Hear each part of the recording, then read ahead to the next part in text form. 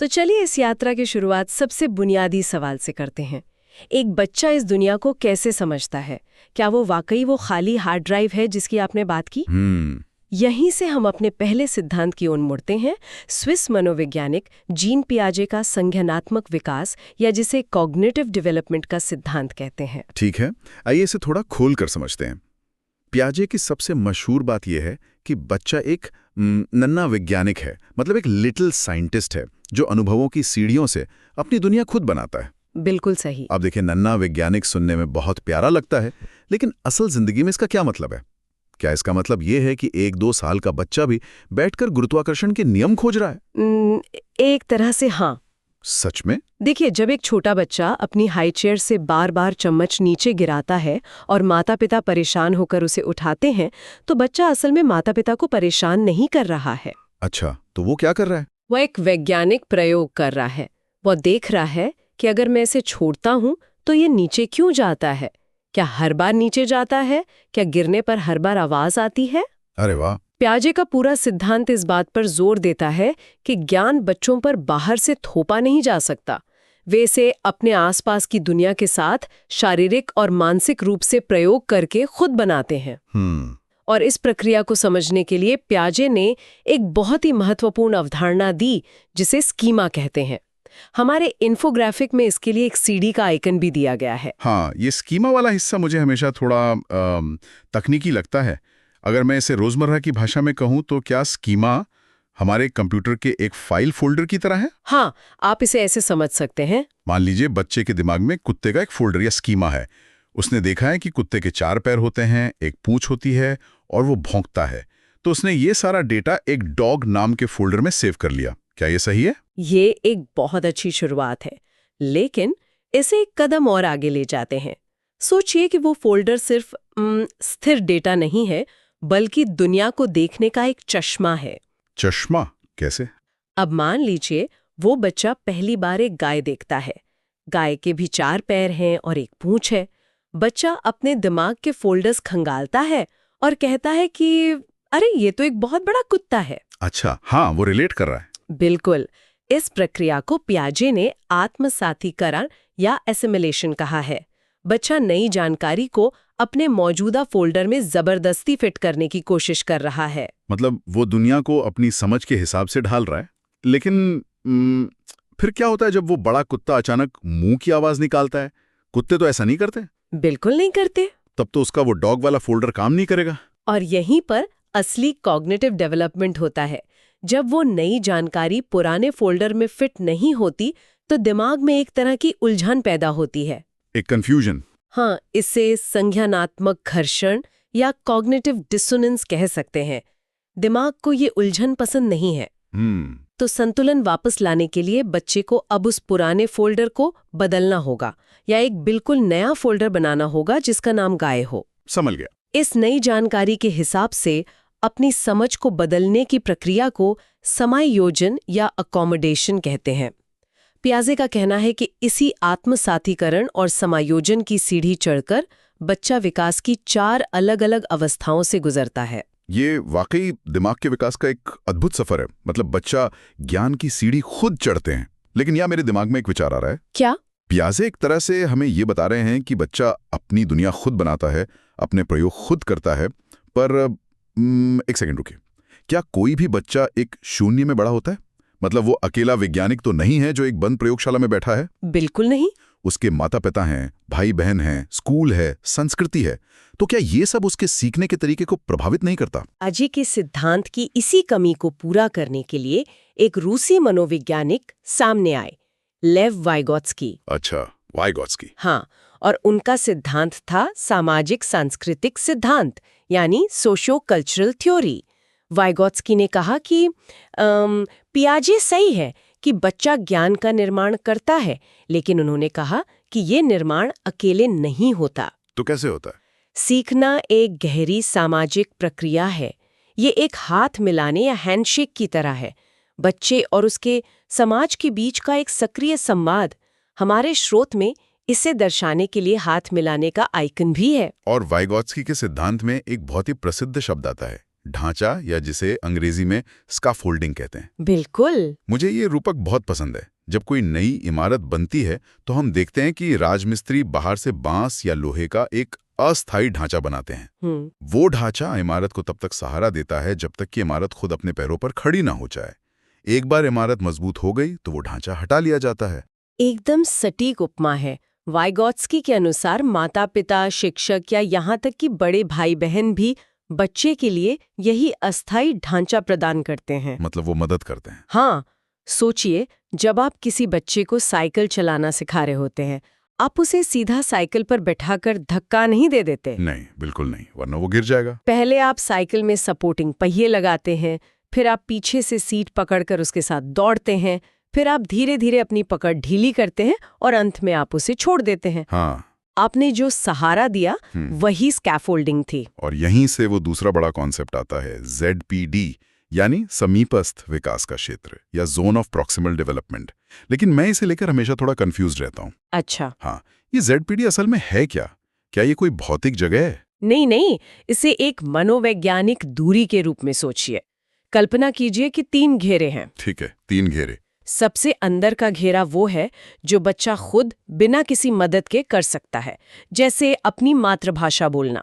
सबसे बाहर का घेरा वो है जो बच्चा मदद के बावजूद भी नहीं कर सकता, जैसे मान लीजिए क्वांटम फिजिक्स समझना। हाँ, वो तो मैं भी नहीं समझ सकता। इन दोनों के बीच का जो क्षेत्र है, जहां बच्चा अकेला तो नहीं कर सकता, लेकिन अगर कोई अनुभवी इंसान, उम्मा यानी वो स्कैफोल्डिंग, उसकी मदद करे तो वो कर लेगा, वही बीच का क्षेत्र ZPD है। मतलब सीखने का सही दायरा। बिल्कुल।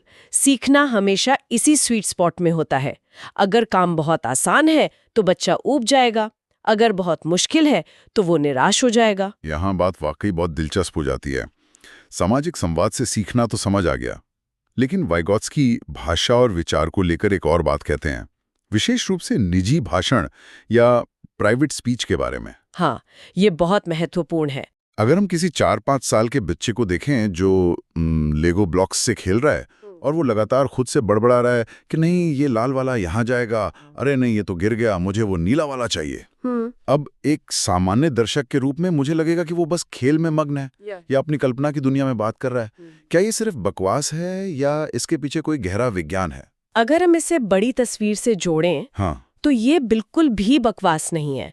वाइगॉत्स्की के अनुसार ये निजी भाषण इंसान के संज्ञानात्मक विकास का सबसे शक्तिशाली उपकरण है। अच्छा। पियाजे ने इसे आत्मकेंद्रित भाषण कहकर थोड़ा खारिज कर दिया था। लेकिन वाइगॉत्स्की ने देखा कि बच्चे इस तरह खुद से बात करके असल में अपनी सोच को दिशा दे रहे हैं। वे भाषा का उपयोग एक उपकरण की तरह कर रहे हैं। क्या बात कर रहे हैं? मतलब वे खुद को निर्देश दे रहे हैं। हाँ, और मजेदार बात यह है कि हम वयस्क भी ऐसा करते हैं। हम भी? कैसे? सोचिए, जब आप किसी फर्नीचर को जोड़ने की कोशिश कर रहे होते हैं और आपको कुछ समझ नहीं आ रहा होता, आप अचानक खुद से जोर जोर से बोलने लगते हैं कि ठीक है तो ये पेच इस छेद में जाएगा और फिर ये लकड़ी का टुकड़ा ऊपर से। अरे हाँ, नहीं रुको, ये उल्टा है, मैं ऐसा बहुत करता हूँ। बिल्कुल, आप पागल नहीं हो गए हैं। आप भाषा का उपयोग अपनी उलझी हुई सोच को व्यवस्थित करने के लिए कर रहे हैं, ठीक उस लेगो से खेलते हुए बच्चे की तरह। वाह। समय के साथ बच्चे का ये जोर से बोलना कम हो जाता है और ये उसके अंदर चला जाता है, जो बाद में उसका आंतरिक विचार या इनर स्पीच बन जाता है। ये तो सच में दिमाग खोल देने वाला विचार है। मतलब भाषा सिर्फ संवाद का जरिया नहीं है, वो सोचने का औजार भी है। एकदम सही। चलिए, तो पियाजे ने हमें बताया कि बच्चा तर्क कैसे बनाता है और वाइगॉत्स्की ने बताया कि समाज उस तर्क को बनाने में कैसे मदद करता है।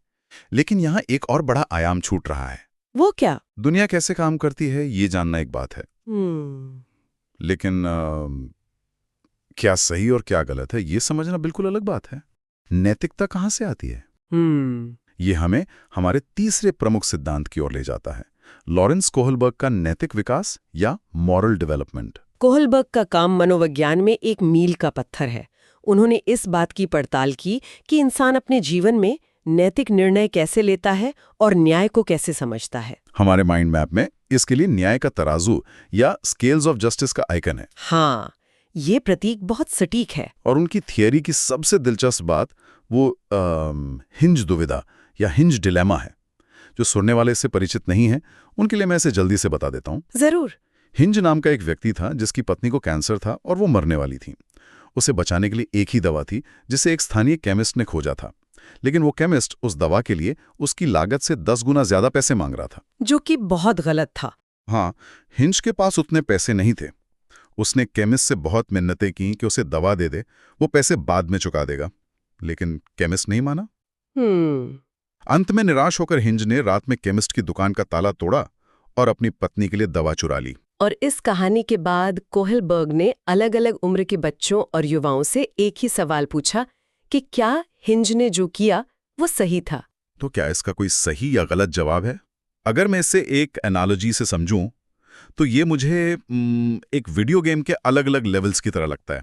अच्छा, वो कैसे? जैसे अगर आप किसी 5 साल के बच्चे से पूछें जो गेम के पहले लेवल पर है, तो वो क्या कहेगा? वो बच्चा बिल्कुल वही कहेगा जो कोहेलबर्ग का पहला स्तर है, सजा और आज्ञाकारिता। वो 5 साल का बच्चा कहेगा कि हिंज को चोरी नहीं करनी चाहिए थी, क्योंकि अगर वो चोरी करेगा तो पुलिस उसे पकड़ लेगी और जेल में डाल देगी। मतलब उस बच्चे के लिए नैतिकता का मतलब सिर्फ सजा से बचना है, वीडियो गेम की तरह गेम ओवर होने से बचना है। बिल्कुल। उसे किसी के मरने या जीने से कोई मतलब नहीं है, बस पुलिस का डंडा नहीं पड़ना चाहिए। ठीक कहा, लेकिन कोहेलबर्ग की खासियत ये थी कि उन्हें आपके हाँ या ना से कोई मतलब नहीं था। अच्छा। हाँ, उनके लिए ये मायने नहीं रखता था कि हिंज ने सही किया या गलत। उनके लिए मायने रखता था वो तर्क जो आप अपने जवाब के पीछे देते हैं। मतलब लॉजिक क्या है? हाँ, जैसे जैसे इंसान बड़ा होता है उसका तर्क बदलता है। बीच के स्तरों पर, जो आमतौर पर किशोरों या अधिकांश वयस्कों में देखा जाता है, लोग समाज के नियमों और कानून व्यवस्था की बात करते हैं। वो क्या कहेंगे? वे कहेंगे कि भले ही उसकी पत्नी मर रही थी, लेकिन चोरी करना कानून के खिलाफ है। अगर हर कोई अपनी जरूरत के हिसाब से चोरी करने लगा तो समाज में अराजकता फैल जाएगी। ये वीडियो गेम का दूसरा लेवल हो गया, जहां आप गेम के रूल्स को समझ गए और आप सिस्टम के हिसाब से खेलना चाहते हैं। लेकिन क्या इससे ऊपर भी कोई लेवल है? हाँ, और वो सबसे उच्चतम स्तर है सार्वभौमिक नैतिक सिद्धांत, यानी यूनिवर्सल एथिकल प्रिंसिपल्स। ये विवेक की आवाज है। ये कैसे काम करता है? जो लोग इस स्तर पर पहुंचते हैं वो कहेंगे कि कानून संपत्ति की रक्षा के लिए बनाए गए हैं, लेकिन मानव जीवन का मूल्य किसी भी संपत्ति के कानून से बहुत ऊपर है। हिंज ने कानून तोड़ा है और उसे इसकी सजा मिलनी चाहिए, लेकिन अपनी पत्नी की जान बचाकर उसने नैतिक रूप से बिल्कुल सही काम किया है। वाह! यहाँ इंसान नियमों का अंधा पालन नहीं करता, बल्कि वह न्याय और मानवाधिकार के गहरे अर्थ को समझता है। तो ये सफर सजा के डर से शुरू होकर विवेक की आवाज तक जाता है। बहुत ही गहरा है। बिल्कुल। लेकिन अब जरा रुकिए, हमने ये सब समझ लिया। हर बच्चा अलग अलग गति से संज्ञानात्मक सीढ़ियां चढ़ रहा है, जैसा पियाजे ने कहा। हाँ। हर किसी का सामाजिक ढांचा अलग है, वाइगोत्स्की के अनुसार। हर किसी की नैतिक समझ अलग स्तर पर है। जब इतनी सारी विविधताएं हैं तो एक शिक्षा प्रणाली को कैसे प्रतिक्रिया देनी चाहिए? ये एक बड़ा सवाल है। क्या सभी को एक ही सांचे में फिट किया जाए? यहीं प्रवेश होता है हमारे चौथे विषय का, समावेशी शिक्षा या इंक्लूसिव एजुकेशन। सिस्टम को ये स्वीकार करना होगा कि स्कूल को बच्चे के अनुसार बदलना है, न कि बच्चे को स्कूल के अनुसार। तो इस सब का असल मतलब क्या है? मैं यहाँ थोड़ा पुशबैक देना चाहूंगा। बताइए। क्योंकि देखिए, किताबों में पढ़ना एक बात है और जमीनी हकीकत कुछ और। एक व्यावहारिक दृष्टिकोण से सोचिए। भारत जैसे देश में एक कक्षा में अमूमन 40 या कभी-कभी 50 बच्चे होते हैं। हाँ, ये एक वास्तविकता है। कुछ बच्चे बहुत तेजी से सीखते हैं, कुछ को डिसलेक्सिया जैसी सीखने की अक्षमता हो सकती है, कुछ शारीरिक रूप से विकलांग हो सकते हैं और कुछ शायद पढ़ाई में बिल्कुल दिलचस्पी नहीं रखते। समावेशी शिक्षा कहती है शून्य अस्वीकृति या 0 रिजेक्शन और लचीला पाठ्यक्रम। क्या एक ही शिक्षक के लिए 40 विविध आवश्यकताओं वाले बच्चों के लिए 40 अलग-अलग तरीके अपनाना वाकई संभव है? ये सवाल अक्सर उठता है। क्या यह शिक्षक को थका कर चकनाचूर नहीं कर देगा? क्या इससे कक्षा में पूरी तरह अव्यवस्था नहीं फैलेगी? ये एक महत्वपूर्ण सवाल खड़ा करता है, और ये सच है कि समावेशी शिक्षा को लेकर दुनिया भर के शिक्षकों में यही सबसे बड़ा डर होता है। लाजमी भी है। लेकिन यहाँ हमें लचीले पाठ्यक्रम के असल मतलब को समझना होगा। इसका मतलब ये कतई नहीं है कि एक शिक्षक को 40 बच्चों के लिए 40 अलग-अलग पाठ्य योजनाएं बनानी है। अच्छा। समावेशी शिक्षा शून्य अस्वीकृति की बात करती है, जिसका मतलब है कि कोई भी बच्चा स्कूल के दरवाजे से वापस नहीं भेजा जाएगा क्योंकि वो फिट नहीं बैठता। हमारे स्रोत में इसे वेलकम डोर और पजल के टुकड़ों से दर्शाया गया है। लेकिन अगर आप 40 अलग प्लान नहीं बना रहे हैं तो आप उन्हें पढ़ा कैसे रहे हैं? इसका जवाब है यूनिवर्सल डिजाइन फॉर लर्निंग। ये क्या होता है? इसे एक एनालॉजी से समझते हैं। सोचिए एक इमारत में सीढ़ियों के साथ साथ व्हीलचेयर के लिए एक रैंप बनाया गया है। वो रैंप मूल रूप से विकलांग लोगों के लिए बनाया गया था, है ना? हाँ बिल्कुल। लेकिन क्या उसका उपयोग सिर्फ व्हीलचेयर वाले करते हैं? नहीं। भारी सामान ले जाने वाला डिलीवरी बॉय, स्ट्रोलर लेकर चलने वाली एक माँ, या जिसके घुटनों में दर्द है, वो भी उसी रैंप का उपयोग करता है। एक बदलाव ने सबकी मदद की। अरे वाह, ये तो बहुत ही शानदार उदाहरण है। शिक्षा में भी यही होता है। जब एक शिक्षक किसी पाठ को सिर्फ बोलकर पढ़ाने के बजाय उसमें कुछ दृश्य या विजुअल्स जोड़ता है, कुछ हाथों से करने वाली गतिविधियां शामिल करता है, तो वह सिर्फ एक विशेष आवश्यकता वाले बच्चे की मदद नहीं कर रहा है, वो सबकी मदद कर रहा है। बिल्कुल, वह पूरी कक्षा के सीखने के अनुभव को समृद्ध कर रहा है।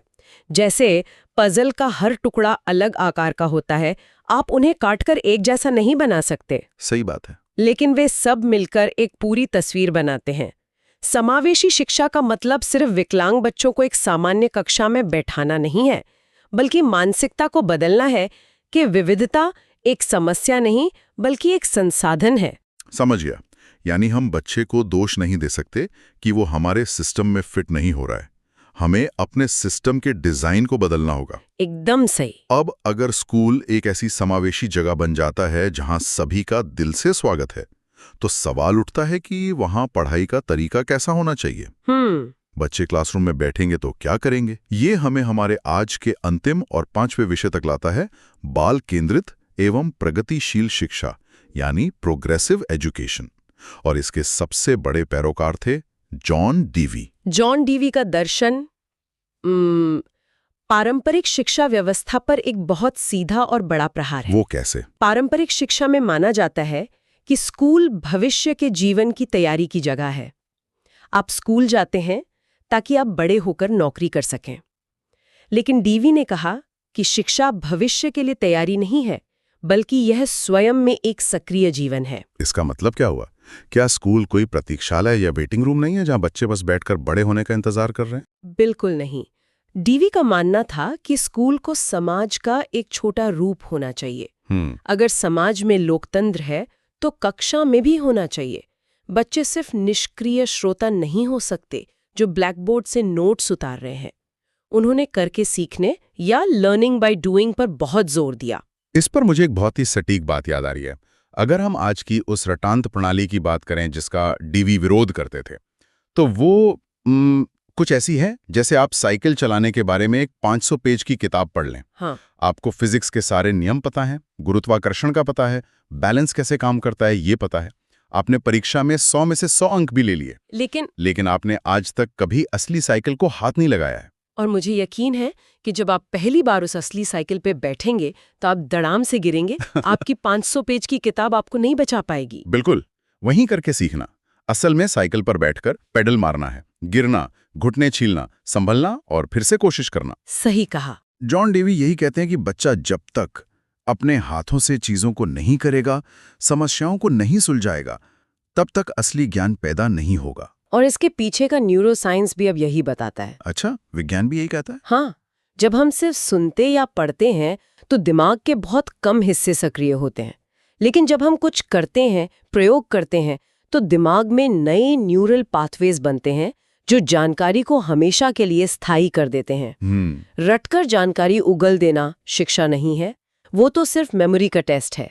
प्रगतिशील शिक्षा का मतलब है कि बच्चे एक साथ मिलकर प्रोजेक्ट्स पर काम करें, सवाल पूछें और ज्ञान का खुद निर्माण करें। ये वाकई बहुत ही परिवर्तनकारी सोच है। तो चलिए इस पूरी चर्चा को एक बार समेट लेते हैं। जरूर। हमने आज बाल विकास और शिक्षा शास्त्र के उन 5 मजबूत स्तंभों को देखा जो हमें बताते हैं कि एक इंसान कैसे आकार लेता है। हमने शुरुआत की जीन प्याजे के नन्हे वैज्ञानिक से जो अपने अनुभवों से स्कीमा बनाता है और आत्मसातीकरण तथा समायोजन के जरिए अपनी सीढ़ी खुद चढ़ता है। बिल्कुल। फिर हमने देखा कि लेव वाइगोत्स्की के अनुसार ये वैज्ञानिक अकेला नहीं है, समाज और भाषा उसे स्कैफोल्डिंग देते हैं और उसके ZPD में उसे आगे बढ़ाते हैं। उसके बाद हमने लॉरेंस कोहिलबर्ग के न्याय के तराजू को समझा। हमने देखा कि कैसे इंसान की नैतिकता सजा से बचने की कोशिश से शुरू होकर अंततः अपने विवेक की आवाज तक का सफर तय करती है। हाँ। फिर हम समावेशी शिक्षा के उस रैंप या खुले दरवाजे तक पहुंचे, जहां स्कूल ये स्वीकार करता है कि हर बच्चा पजल का एक अनूठा टुकड़ा है और सिस्टम को लचीला होना पड़ेगा, ना कि बच्चे को। और अंत में जॉन डीवी की प्रगतिशील शिक्षा, जो कहती है कि किताबी रटंत विद्या को खिड़की से बाहर फेंको और करके सीखो, क्योंकि कक्षा भविष्य के इंतजार कक्ष नहीं बल्कि आज का सक्रिय जीवन है। एकदम सही। जो भी सुनने वाले किसी शिक्षण परीक्षा की तैयारी कर रहे हैं, उनके लिए ये स्पष्ट रूप से एक बड़ा जैकपॉट है। लेकिन इससे बढ़कर ये समझने का एक शानदार ब्लूप्रिंट है कि हम सब यहाँ तक कैसे पहुंचे। मैं पूरी तरह सहमत हूँ। और इस चर्चा को खत्म करने से पहले मैं सभी सुनने वालों के सामने एक विचार रखना चाहूंगी, जो शायद आपको सोचने पर मजबूर कर दे। बिल्कुल, बताइए। हमने आज बच्चों के विकास की बात की। अगर प्याजे कहते हैं कि हम जन्म से ही नन्हे वैज्ञानिक हैं जो हर चीज का प्रयोग करना चाहते हैं, और जॉन डीवी कहते हैं कि सीखना हमेशा करके ही होता है, तो हमें आज खुद से एक ईमानदार सवाल पूछना चाहिए। क्या सवाल? एक वयस्क के रूप में, अपने ऑफिस में, अपने रिश्तों में या अपनी रोजमर्रा की जिंदगी में हम आज कितनी बार करके सीखने का जोखिम उठाते हैं? अरे बाप रे! क्या हम सिर्फ पुरानी रटांत प्रणाली और सुरक्षित ढर्रों का अंधाधुंध पालन नहीं कर रहे? क्या हमने अपने अंदर के उस उत्सुक नन्हे वैज्ञानिक को हमेशा के लिए पीछे छोड़ दिया है? वो वाकई एक बहुत ही गहरा और चुभने वाला विचार है। शायद बड़े होने का मतलब ये नहीं होना चाहिए कि हम सवाल पूछना या प्रयोग करना बंद कर दें। बिल्कुल नहीं। हमें याद रखना चाहिए कि हमारा दिमाग आज भी कोई खाली हार्ड ड्राइव नहीं है जिसमें बस समाज का डेटा फीड किया जाना है। वो आज भी एक सक्रिय वैज्ञानिक है जो नई चीजें खोजना चाहता है। बिल्कुल सही बात है। उम्मीद है इस चर्चा ने आपके अंदर के उस वैज्ञानिक को थोड़ा तो जगाया होगा। इस विस्तृत और रोमांचक चर्चा में हमारे साथ जुड़ने के लिए बहुत बहुत धन्यवाद। खोजते रहिए, सवाल पूछते रहिए और सीखते रहिए।